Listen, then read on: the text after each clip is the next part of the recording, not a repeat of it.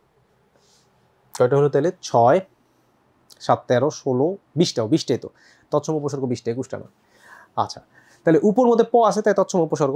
আচ্ছা তাহলে এরপর আসো, এরপর লাস্টের যে 4টা আশু বিনি, আমরা যদি দেখি আশু বিনি এই 4টা খেয়াল করবে, এই 4টা উপসর্গ তুমি বাংলার মধ্যেও পাবা, বাংলার মধ্যেও পাবা, তৎসমর মধ্যেও পাবা। আমি যদি তোমাদের দেখাই যে দেখো যে এই যে আ, তারপর হচ্ছে তোমার সু, তারপর হচ্ছে তোমার বি বি, তারপর হচ্ছে নি, এই 4টা উপসর্গ বাংলার মধ্যেও আছে, আবার 4টা উপসর্গ কি আছে তৎসমর মধ্যেও আছে। তাহলে এভাবে তুমি 4টা মনে রাখতে পারো যে 4টা কমন, যে আশু বিনে 4টা বাংলার মধ্যেও আছে, তৎসমর মধ্যেও আছে। এখন তুমি বলতে পারো ভাইয়া একটা শব্দ দিয়ে বললো, এই 4টা দিয়েই বললো বা 4টার কোন একটা দিয়ে বললো যে এটা কোন কোন শব্দের উপসর্গ বা এটা কোন উপসর্গ থেকে আসছে, তখন তুমি কি করবা? তখন টেকনিক আছে, তখন টেকনিকটা হচ্ছে যে আমরা জানি যে তৎসম শব্দের সাথে, খেয়াল করবে, তৎসম শব্দের সাথে যে উপসর্গগুলো থাকে, আশু বিনি যদি থাকে তাহলে সেটা তৎসম উপসর্গ, আর যদি তৎসম না থাকে তাহলে সেটা তোমার খাঁটি বাংলা উপসর্গ। আচ্ছা তৎসম শব্দগুলো কীভাবে মনে রাখা যায়, জাস্ট তোমাদের অল্প টেকনিক দেখাই দিচ্ছি, মনে রাখবা। একটা বানান আছে মূর্ধন্য, মূর্ধনস্য, হ্যাঁ, দিগিকার, দুগুকার, হ্যাঁ, এগুলো যদি থাকে, আরও আছে কয়েকটা, এগুলো যদি থাকে তাহলে সেটা চোখ বন্ধ করে সেটা হচ্ছে তৎসম শব্দ। যেমন এই যে আমরণ, মরণ বানানে মূর্ধন্য আছে, কণ্ঠ বানানে মূর্ধন্য আছে, বর্ণ বানানে মূর্ধন্য আছে, নিষ্কাম, স্কাম বানানে মূর্ধনস্য আছে। তার মানে এগুলো সব হচ্ছে তৎসম শব্দ, এবং তৎসম শব্দের সাথে যেই আ, সু, বি, নি হয়েছে এগুলো হচ্ছে তৎসম উপসর্গ।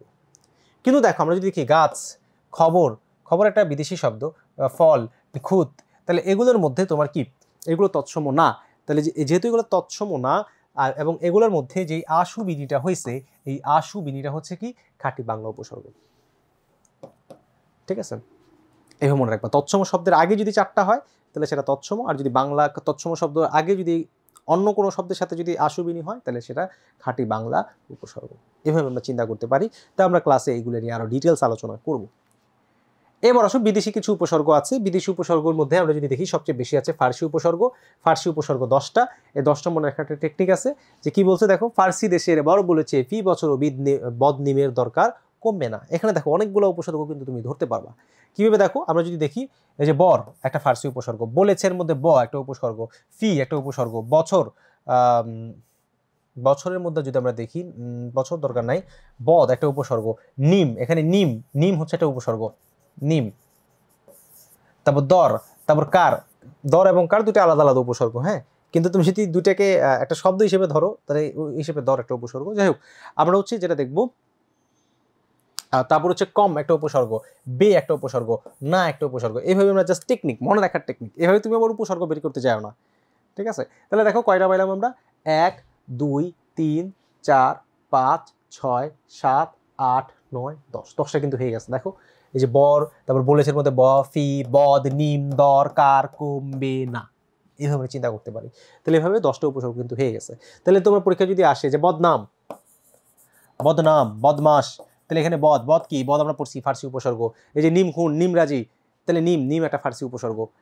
হ্যাঁ, এইভাবে কিন্তু তোমরা দেখতে পারো। এরপর হচ্ছে আরবি উপসর্গ। আরবি উপসর্গ কয়টা, 6টা। আম, খাস, লা, গর, বাজে, খয়ের, আম, খাস, লা, গর, বাজে, খয়ের, আম, খাস, লা, গর, বাজে, খয়ের, এই 6টা হচ্ছে আরবি উপসর্গ। এভাবে মনে রাখতে পারো। এবার উর্দু বা হিন্দি উপসর্গ আছে একটাই, যেটা হচ্ছে হর, হরদম, হর পল, হর হামেশা, বলে না, হর, হর মানে প্রতি, প্রতিটা মুহূর্ত। ইংরেজি উপসর্গ কয়টা, ইংরেজি উপসর্গ হচ্ছে 4টা, যেমন হাফ, ফুল, হেড, সাব, এই 4টা হচ্ছে ইংরেজি উপসর্গ। হাফ অর্ধেক, ফুল, হেড, সাব, সাব মানে হচ্ছে অধীন, সাবসিডিয়ারি কোম্পানি, সাব জজ, যে জজের অধীনে থাকে। তাহলে এভাবে তুমি কি করতে পারো, বিদেশি উপসর্গগুলা কয়েকটা আছে, এগুলা জাস্ট কয়েকবার দেখতে পারো। এবার উপসর্গ থেকে যেটা আসে, যে উপসর্গের অর্থগুলা, যেটা তুমি অ্যাডমিশনের জন্য তোমার লাগবে, যে একটা শব্দ দিয়ে বলবে উপসর্গে এই অর্থটা, এই শব্দটা কোন অর্থে ব্যবহার করা হয়েছে। যেমন আমরা যদি বলি উপশব্দ দিয়ে প্রায় পরীক্ষায় আসে। যেমন শব্দ যদি বলি উপকূল, উপকূল বলতে এখানে কুলের কাছাকাছি বোঝাচ্ছে, কুলের সমীপে বোঝাচ্ছে, হ্যাঁ, কুলের নিকটে বোঝাচ্ছে। কিন্তু আমরা যদি বলি উপনদী, এই উপনদী বলতে কিন্তু তোমার নদীর কাছাকাছি না, নদীর ক্ষুদ্রকে বোঝানো হয়েছে। ঠিক আছে, নদীর ক্ষুদ্র, ছোট অর্থে বুঝিয়েছে। তারপর আমরা যদি বলি উপগ্রহ, গ্রহের ক্ষুদ্র, হ্যাঁ, উপজেলা, জেলা সদৃশ, হ্যাঁ, এক একটা শব্দ এক এক অর্থে ব্যবহার করা হয়। এভাবে আমরা চিন্তা করতে পারি যে এক একটা শব্দ বিভিন্নভাবে অর্থ প্রদান করতে পারে। এরপর আসো এই প্রশ্নগুলো প্রায় পরীক্ষায় আসে, বিশেষ করে বিশ্ববিদ্যালয় ভর্তি পরীক্ষায় রিটেনে এগুলা খুবই আসার সম্ভাবনা আছে। সেটা হচ্ছে কি, হ্যাঁ, হাফফুল ইংরেজি উপসর্গ। সেটা হচ্ছে একটা শব্দ দিয়ে বলে এখানে কি কি উপসর্গ আছে, কয়টা উপসর্গ আছে, এরকম টাইপের প্রশ্ন কিন্তু আসে। যেমন অত্যাশ্চর্য শব্দটার মধ্যে তোমার যেটা আছে যে জফলা থাকলে, মনে রাখবে সন্ধির মধ্যে আমরা শিখবো, জফলা থাকলে এটা হয়ে যাবে ই, এটা হয়ে যাবে ই জফলা থাকলে, তাহলে ওত ই আর বাকি থাকে আ। তাহলে অত্যাশ্চর্যের মধ্যে অতি এবং আ। অতি কিভাবে হইলো দেখো, ওত্তা এরকম শব্দটা, হ্যাঁ ওত্তা শব্দটা এরকম। তো আমরা বলছি যে জফলা থাকলে ওটাকে আমরা ই বানায় দিব, আমরা সন্ধির মধ্যে পাবো সেটা, হ্যাঁ। তাহলে ও তি আর বাকি থাকে আ, দুটো মিলে হয়েছে অত্যাশ্চর্য, অতি প্লাস আ। অপর্যাপ্ত, আমরা যদি দেখি পর্যাপ্ত শব্দটাকে যদি আমরা ভাঙি, পর্যাপ্ত শব্দটাকে যদি ভাঙি তাহলে যেটা হয় যে তোমার পর্য শব্দটাকে দেখো, পরজ, তাহলে এতটুকু যদি আমরা ভাঙি, এই জটাকে আমরা কি করে দিব, ই বানায় দিব। জ ফলা বলো বা জ বলো, এটাকে ই বানায় দিব। তাহলে যেটা হয়ে যাবে, এই পর্য হয়ে যাবে পরি, পর্য হয়ে যাবে পরি। আর এরপর থাকে হচ্ছে অপ্ত বা আপ্ত, যেটাই বলি পরি প্লাস আপ্ত। তার মানে আমরা যদি দেখি আপ্ত একটা আলাদা শব্দ, আর এখানে পরি একটা উপসর্গ। তাহলে এখানে একটা উপসর্গ, সরি না দুঃখিত, এখানে দুঃখিত, একটা উপসর্গ আর পরি একটা উপসর্গ, আর এখানের মধ্যে পরি একটা উপসর্গ। এভাবে তুমি চিন্তা করতে পারো। তারপর হচ্ছে অনুসন্ধান। অনু আর সন্ধান, সন্ধানকে যদি আমরা সন্ধি বিচ্ছেদ করি তাহলে হয় সম প্লাস ধান। সন্ধানকে সন্ধি বিচ্ছেদ করলে হয় সম প্লাস ধান, যার কারণে এখানে কি কি উপসর্গ আসছে, অনু এবং সম। অত্যাশ্চর্য, তাহলে এই জফলা আছে তাই এটা হয়ে যাবে অতি, আর বাকি থাকে আ। আর চার হচ্ছে মূল শব্দ, এভাবে তুমি চিন্তা করতে পারো। এরকম অনেকগুলো শব্দ আছে, আমরা এখান থেকে গুরুত্বপূর্ণ একটা শব্দ দেখি, যেমন এই যে সমবিবহার, এটা পরীক্ষার মধ্যে প্রায় আসে। সমবিবহার এই শব্দটাকে যদি আমরা দেখি, সমবিবহার,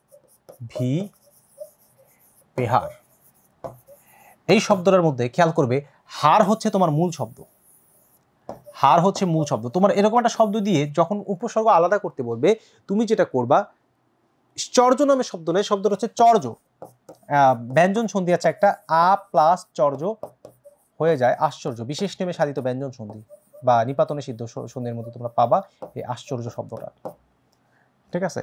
যে এই চর্য না, শব্দটা হচ্ছে চর্য, আর এর আগে একটা আ উপসর্গ যুক্ত হয়েছে।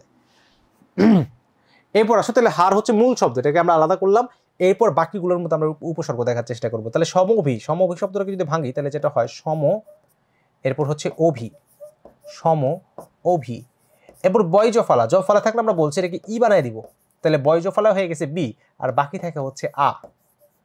তাহলে তোমার সমবিবহার শব্দটার মধ্যে কয়টা উপসর্গ হইলো, চারটা উপসর্গ হইলো। চর্য মানে হচ্ছে চামড়া, চম্র মানে চামড়া, চর্য মানে হচ্ছে অবাক বা এরকম কিছু আর কি, চর্যাপদের চর্য সেখান থেকে আসতে পারে। আচ্ছা, তাহলে মোটামুটিভাবে আমরা অনেকগুলা শব্দ তোমার চিহ্নিত করতে পারছি যে কিভাবে আমরা উপসর্গগুলো দেখতে পারি। তাহলে উপসর্গ থেকে তিন টাইপের প্রশ্ন আসতে পারে। একটা শব্দ দিয়ে বলতে পারে যে এই শব্দটা কোন ধরনের উপসর্গ বা কোন জায়গা থেকে এসেছে, এটা কি বাংলা, এটা কি সংস্কৃত বা বিদেশি, আরবি, ফার্সি এগুলো থেকে আসতে পারে। আর তারপর হচ্ছে উপসর্গের অর্থ থেকে আসতে পারে, যে কোন উপসর্গ কোন অর্থে ব্যবহার করা হয়েছে। আর হচ্ছে একটা শব্দ দিয়ে বলতে পারে এই উপসর্গগুলা ভাঙলে কি কি উপসর্গ পাওয়া যায়। আচ্ছা, লেকচার শিট কি দেওয়া হবে, পিডিএফ দেওয়া হবে তোমাদের, ঠিক আছে। আর হচ্ছে তোমাদের যারা মেইন আমাদের যে ভর্তি কোর্সে অলরেডি ভর্তি হয়ে গেছো, যেটা হচ্ছে তোমাদের রেজাল্টের পরবর্তী সময় শুরু হবে, তো তারা কিন্তু অনলাইন সেবাটা ফ্রিতে পাবা। এই যে প্রি অ্যাডমিশন কোর্সে কিন্তু অলরেডি তারা ভর্তি হতে পারবা, এ নিয়ে কোনো সমস্যা নাই। তো মোটামুটিভাবে আমরা আজকের ক্লাসটা এখানেই শেষ করে দিতে যাচ্ছি। তোমাদের যদি কারো কোনো প্রশ্ন থাকে তোমরা জানাতে পারো।